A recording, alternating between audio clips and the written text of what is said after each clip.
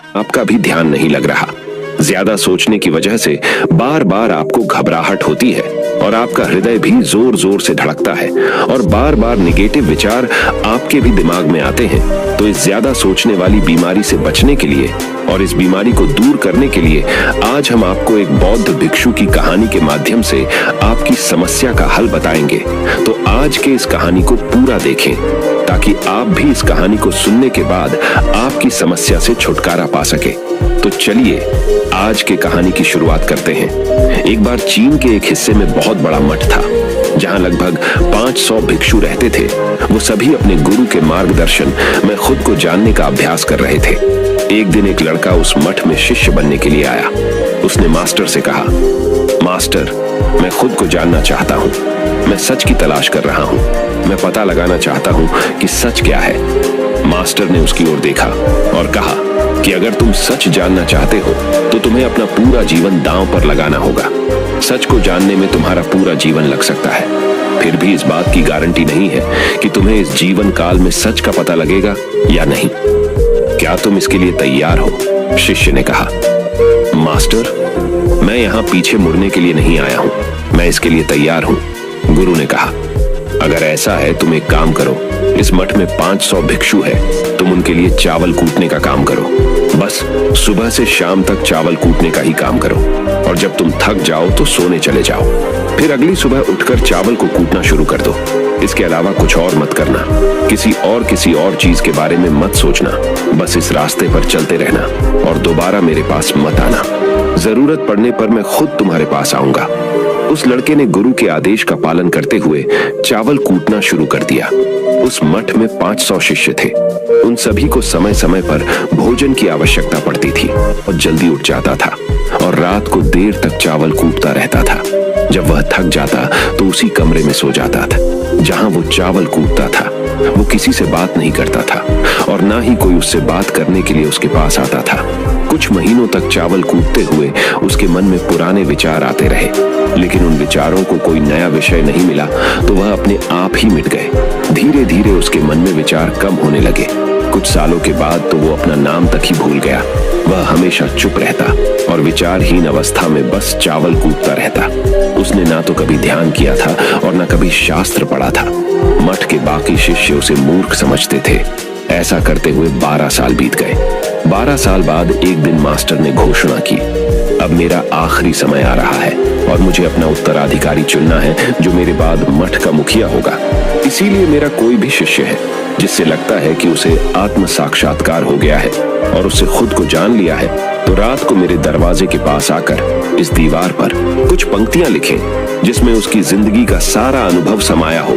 कई शिष्यों ने ऐसा करने के बारे में सोचा, पर मठ के प्रमुख शिष्यों में से एक ने वहां जाकर कुछ पंक्तियां लिखी। उसे बौद्ध धर्म ग्रंथों का बहुत ज्ञान था। सभी शिष्यों को लगता था कि वो इस मठ का उत्तराधिकारी बन सकता है। उसने लिखा था कि मन एक दर्पण की तरह है जिस पर विचारों और इच्छाओं की धूल जमा हो जाती है।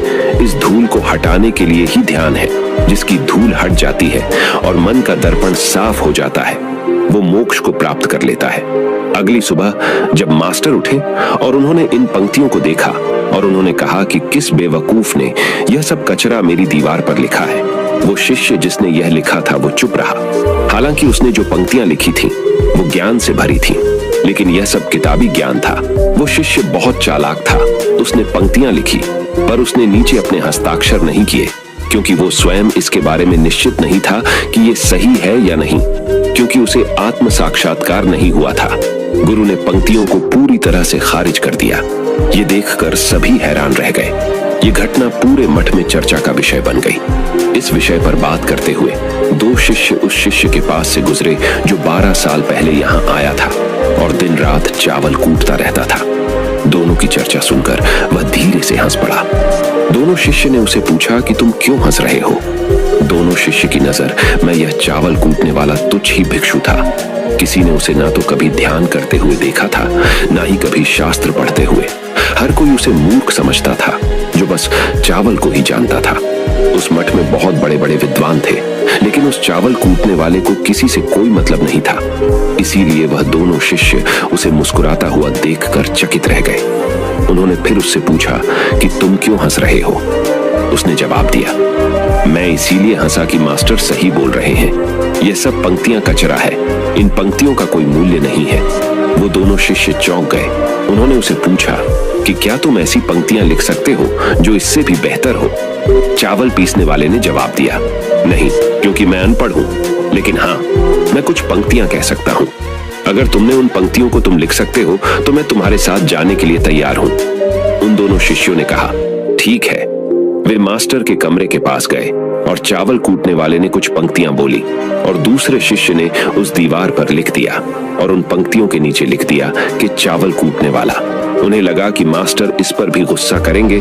जो पंक्तियों उसने लिखने के लिए कहा था बहुत अद्भुत थी और वो पंक्तियां थी, मन तो बस एक का भ्रम है ना, तो मन है, ना ही मन का कोई दर्पण है, और जब मन ही नहीं है तो धूल कहां ठहरेगी। जो ये जानता है वो सच को जान गया। जब गुरु ने ये पंक्तियां देखी तो वे आधी रात को उठे और चावल कूटने वाले के पास गए। वह सो रहा था। मास्टर ने उसे जगाया और कहा कि ये लो मेरी छड़ी और मेरे वस्त्र ले लो। आज से तुम मेरे उत्तराधिकारी हो, लेकिन इस मठ को छोड़कर कहीं दूर चले जाओ, क्योंकि इस मठ में बहुत सारे विद्वान हैं जो खुद को तुमसे ज्यादा श्रेष्ठ मानते हैं और वो तुम्हें मार देंगे। वो इस बात को बर्दाश्त नहीं कर सकते कि एक साधारण सा चावल कूटने वाला उनसे ज्यादा विद्वान निकला। तुम्हें वह सारा ज्ञान हो गया है जो मुझे है। तुम्हें यह सारा ज्ञान चावल कूटते कूटते हुआ है, और मुझे पता है कि तुम जहां भी जाओगे लोग तुम्हारे पास आने लगेंगे, क्योंकि जब कोई फूल खिलता है तो उसकी महक हर तरफ फैलने लगती है। उसने अपने गुरु के पैर छुए और रात को ही वहां से चला गया। अगर हम अपनी जिंदगी में देखें तो पाएंगे बहुत से लोग सोचते हैं कि ध्यान केवल एक ही जगह बैठकर आंखें बंद कर कर ही किया जा सकता है, लेकिन हकीकत में ऐसा नहीं है। ध्यान तो चलते चलते भी किया जा सकता है, अपना कुछ काम करते हुए भी ध्यान किया जा सकता है। असल में ध्यान का मतलब यह है कि आप जो भी काम कर रहे हैं उसे अपनी शिद्दत से करें कि आपको आपके शरीर का ख्याल भी ना रहे। बिल्कुल उस चावल पीसने वाले की तरह जो चावल कूटने में इतना मग्न हो गया कि उसको खुद का कोई ख्याल ही नहीं रहा। उसने चावल कूटते हुए ही उसने आत्म साक्षात्कार प्राप्त कर लिया। हर समय वर्तमान में रहना और कुछ नहीं सोचना। मन तब तक ही है जब तक विचार है। जब विचार ही नहीं रहेंगे तो मन भी गायब हो जाएगा। जब मन ही नहीं रहेगा तभी तुम अपने आप को अच्छे से जान पाओगे। असल में हमें अपने वास्तविक रूप को जानने के लिए कोई अन्य साधना करने की आवश्यकता नहीं है। हम जो कुछ भी कर रहे हैं बस उसमें हमें पूरी तरह से खो जाने की जरूरत है। अपने काम में इस कदर से लीन हो जाओ कि आपका काम भी ध्यान बन जाए। ज्यादा सोचने वाले लोगों के लिए दूसरी रहस्यमयी कहानी अब हम आपको बताएंगे, तो चलिए कहानी की शुरुआत करते हैं। एक गांव में एक आदमी रहता था जो ताले तोड़ने के मामले में एक्सपर्ट था। यानी कि जहां कहीं भी ताले तोड़ने की बात आती थी या लॉक को खोलने की बात आती थी तो उसका नाम सबसे पहले लिया जाता था। एक दिन कुछ समझदार लोगों ने उसकी परीक्षा लेनी चाहिए और उसको बता दिया गया कि आपको इस जगह पर इस तारीख को आना है और ताले को तोड़ना है। जब वह समय के अनुसार तय दिनांक को वहां पहुंच गया तो उसको प्रतियोगिता के नियम समझा दिए गए। आपको एक बॉक्स में बिठा दिया जाएगा और उस बॉक्स को पानी में उतार दिया जाएगा। आपको ताला खोलकर बाहर आना होगा। इस बीच आपको लगता है कि लॉक आपसे नहीं खुल पाएगा तो आप इमरजेंसी बटन को दबा सकते हैं और ऊपर आ सकते हैं, लेकिन आप प्रतियोगिता में हार जाएंगे। उसने सभी नियमों की हाँ कर दी और पानी में चला गया। जैसे ही वह पानी में पहुंचा तो उसने जेब में से एक तार निकाला और लॉक को खोलने की कोशिश करने लगा। 4 से 5 बार कोशिश करने के बाद वह बार बार विफल हो रहा था, लेकिन उससे लॉक नहीं खुल रहा था। अब ज्यादा समय तक पानी में रहना उसके लिए और भी मुश्किल था, क्योंकि सांस रोकना आसान नहीं था। फाइनली उसने अपना पूरा दिमाग लगाया और एक बार अंतिम प्रयास किया। वह विफल हुआ और उसने इमरजेंसी बटन दबा दिया। धीरे धीरे ऊपर आने लगा। पानी के ऊपर आए बॉक्स को बाहर निकाला गया और हल्का सा धक्का देकर खोला गया। वह अचंभित हो गया कि एक बार भी मेरे दिमाग में यह ख्याल क्यों नहीं आया कि मैं इसको धक्का देकर खोलूं। हो सकता है कि ये लॉक ही ना हो। तो यही होता है, जब हम भी बहुत ज्यादा सोचते हैं तो इसका खामियाजा हमें भुगतना पड़ता है। कभी कभी ना सोचने से भी जवाब मिल जाता है। इसलिए किसी ने कहा है कि जो कुछ नहीं करते वह कमाल करते हैं। जी हाँ दोस्तों, यह बात बिल्कुल सही है। कभी कभी दिमाग को जब हम शांत रखते हैं और ठंडे दिमाग से सोचने की कोशिश करते हैं तो हमें बेहतर समाधान मिल जाता है। अब हम आपको बताएंगे कि ज्यादा सोचने की यह बीमारी के मुख्य कारण क्या है, जिससे आपको ज्यादा सोचने की बीमारी हो जाती है। अत्यधिक सोच के कुछ मुख्य कारण। पहला कारण, वर्तमान से ज्यादा भूतकाल या भविष्य के बारे में ज्यादा चिंता करना। आप जो काम अभी कर रहे हैं उससे ध्यान हटाकर अपना ध्यान बीते हुए समय या आने वाले समय पर लगाएंगे तो आप ओवर थिंकिंग के शिकार होते जाएंगे। दूसरा कारण, काम का ज्यादा तनाव होना।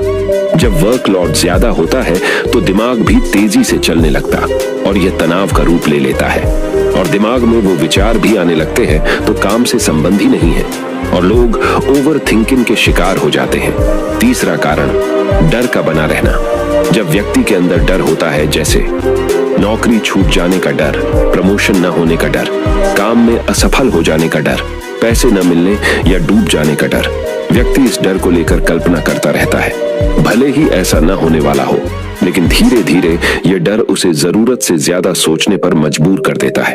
चौथा कारण, कॉन्फिडेंस की कमी। जब व्यक्ति में किसी काम को करने के प्रति उलझन बनी रहती है तो कॉन्फिडेंस कम होता जाता है, जिसके चलते नकारात्मक विचार दिमाग को घेरना शुरू कर देते हैं और व्यक्ति ज्यादा सोचना और चिंता करना शुरू कर देता है। पांचवा कारण, चीजों के बारे में सकारात्मक से ज्यादा नकारात्मक विचार। जब व्यक्ति छोटी छोटी बातों के नकारात्मक पहलू के बारे में ज्यादा सोचना शुरू कर देता है तो धीरे धीरे व्यक्ति ओवर थिंकिंग का शिकार होता जाता है। क्या ओवर थिंकिंग यानी अत्यधिक सोच से छुटकारा पाया जा सकता है? तो इसका जवाब है जी बिल्कुल। ओवर थिंकिंग यानी अत्यधिक सोच से छुटकारा पाया जा सकता है, हालांकि थोड़ा समय लग सकता है, लेकिन यदि आप नीचे दिए स्टेप्स को फॉलो करते हैं तो आप ओवर थिंकिंग की प्रॉब्लम से यकीनन छुटकारा पा सकते हैं। तो आइए जानते हैं कि ओवर थिंकिंग की समस्या से छुटकारा कैसे पाएं। ओवर थिंकिंग यानी अत्यधिक सोच से छुटकारा पाने के उपाय। ये सब जानते हैं कि पहले विचार दिमाग में आता है, फिर वो क्रिया का रूप लेता है। हमें कोई भी काम सोच समझकर करना बहुत जरूरी है, पर किसी काम को लेकर जरूरत से ज्यादा सोचना और वो बातें भी सोचना जो काम से संबंधित नहीं है, आपको और आपके काम दोनों को नुकसान पहुंचाता है। तो थिंकिंग प्रॉब्लम नहीं है, बल्कि ओवर थिंकिंग प्रॉब्लम है और इसे कम करना जरूरी है। तो आइए जानते हैं ओवर थिंकिंग यानी अत्यधिक सोच से छुटकारा या कम करने के उपायों का। पहला उपाय, स्वीकार करें कि आप जरूरत से ज्यादा सोचते हैं। इस बात को मन से स्वीकार करें कि आप ज्यादा सोचते हैं और आपको ऐसा नहीं करना है। जब आप इस बात को स्वीकार कर लेंगे तो आप इससे छुटकारा पाने के लिए अपने आप को तैयार कर लेंगे। आप ओवर थिंकिंग को लेकर जागरूक हो जाएंगे। जब भी आपको लगे कि दिमाग में फालतू विचार चल रहे हैं, तुरंत उसे वहीं रोक दो और ये सोचना शुरू करो कि आपने सोचना कहां से शुरू किया था। तब आपको मालूम होता जाएगा कि आप कितनी फालतू की बातें सोचकर अपना समय और शक्ति बर्बाद कर रहे हैं। दूसरा उपाय, हमेशा सकारात्मक सोचने की कोशिश करें। क्या गलत हो सकता है कि जगह क्या अच्छा हो सकता है। सोचें। नकारात्मक विचार डराते हैं और आपका दिमाग चिंता से दौड़ने लगता है। जब आप उन नकारात्मक चीजों पर ध्यान केंद्रित करने लगते हैं जो कहीं हो गई, तो तब आप दिमाग के गुलाम हो जाते हैं। लेकिन जब आप सकारात्मक रूप से सोचते हैं तो दिमाग आपका गुलाम होता है। सकारात्मक रहने का मतलब यह नहीं है कि आप चीजों के सिर्फ एक पहलू को देखें, बल्कि सही और गलत दोनों पहलुओं को देखना जरूरी है। पर केवल नकारात्मक सोचना या ज्यादा नकारात्मक विचार आपको अनुचित सोचने पर मजबूर कर देते हैं। तीसरा उपाय, योग, ध्यान और व्यायाम करें। योग, ध्यान और व्यायाम मस्तिष्क और शरीर को स्वस्थ रखते हैं। ध्यान काफी लाभदायक है, इसे अपने जीवन का हिस्सा बनाएं। चौथा उपाय, वर्तमान क्षण में जीने की कोशिश करो। कभी कभी लोग बीती हुई बातों या घटना के बारे में ही सोचते रहते हैं और तनाव में आ जाते हैं। इसी प्रकार जो समय आने वाला है उसे लेकर भी इतनी चिंता करते हैं कि तनाव में रहते हैं। तनाव में दिमाग हावी हो जाता है और फालतू बातें सोचने लगता है। जो समय बीत गया है उससे सीख लो, जो आने वाला है उसकी तैयारी करो। लेकिन यह आप तभी कर सकते हैं जब आप वर्तमान में रहें। इसलिए आप जो अभी कर रहे हैं तो पूरा ध्यान उसी पर लगाओ। पांचवा उपाय, जो बात आपको परेशान कर रही है उसे लिख लें। आपके सोचने के तरीके और आपके महसूस करने के तरीके के बीच एक मजबूत संबंध है। आपके सोचने का तरीका आपकी भावनात्मक स्थिति को प्रभावित करता है और आपकी भावनात्मक स्थिति आपके सोचने के तरीके को प्रभावित करती है। तो जो बात आपको परेशान कर रही है उसे लिख लें। अब उस बात के बारे में यह लिखें कि यह आपको क्यों परेशान कर रही है। अब अपने आप से प्रश्न करें कि क्या इस समस्या का हल परेशान रहना है। यदि नहीं तो उसका हल ढूंढें, और यही इसका कोई हल नहीं है तो परेशान रहने और सोचते रहने से क्या होगा। जब धीरे धीरे आप ऐसे करेंगे तो इस चीज की आपको आदत पड़ी ढहती जाएगी और आप अनावश्यक सोचना बंद कर देंगे। छठा उपाय, अपनी भावनाओं का नियंत्रण रखो। भावनाओं पर नियंत्रण रखने का मतलब यह बिल्कुल भी नहीं है कि आप अपनी भावनाओं को दबाएं, लेकिन आपको अपनी भावनाओं पर नियंत्रण रखना होगा। जब आप अपनी भावनाओं पर नियंत्रण रखते हैं तो हकीकत को देख पाते हैं। अनियंत्रित भावनाएं दिमागी विचारों को बेफजूल गति प्रदान करती हैं। सातवां उपाय, चिंता नहीं चिंतन करें। चिंता ओवरथिंकिंग को जन्म देती है और चिंतन क्रिएटिविटी को जन्म देता है। फालतू सोचने की जगह कोई कहानी, कोई लेख, कविता या कुछ रचनात्मक सोचें। आठवां उपाय, अपने पसंद की चीजें करें। जब भी आप फ्री हो तो कोई भी ऐसा काम करो जिसे करना आपको अच्छा लगता हो।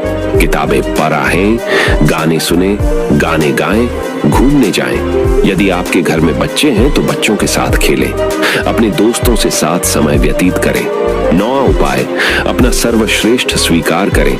जब आप ज्यादा सोचते हैं तो न चाहते हुए भी आप नकारात्मक बातें सोचते हैं और अपने आप को औरों से कम आंकने लगते हैं। याद रखें, कोई भी परफेक्ट नहीं होता जो आप हैं। आप जैसा कोई नहीं है। लोग क्या कहते हैं इस पर ध्यान देने की बजाय अपना सर्वश्रेष्ठ स्वीकार करें। अपने ज्ञान को बढ़ाते रहें और पॉजिटिव रहें। 10वां उपाय, मन को शांत रखें। आधुनिक जिंदगी भाग दौड़ और तनाव भरी है। अधिकतर लोगों के साथ तनाव में बने रहना इतना सामान्य हो जाता है कि उन्हें इस बात का पता ही नहीं चलता कि धीरे धीरे तनाव उनके मानसिक और शारीरिक स्वास्थ्य पर बुरा प्रभाव डाल रहा है। जब मन अशांत होता है तब नकारात्मक और बेफिजूल के विचार हमारे दिमाग में घर करने लगते हैं। यदि आप ओवरथिंकिंग से छुटकारा पाना चाहते हैं तो अपने मन को शांत रखें। आपकी सोच को बदल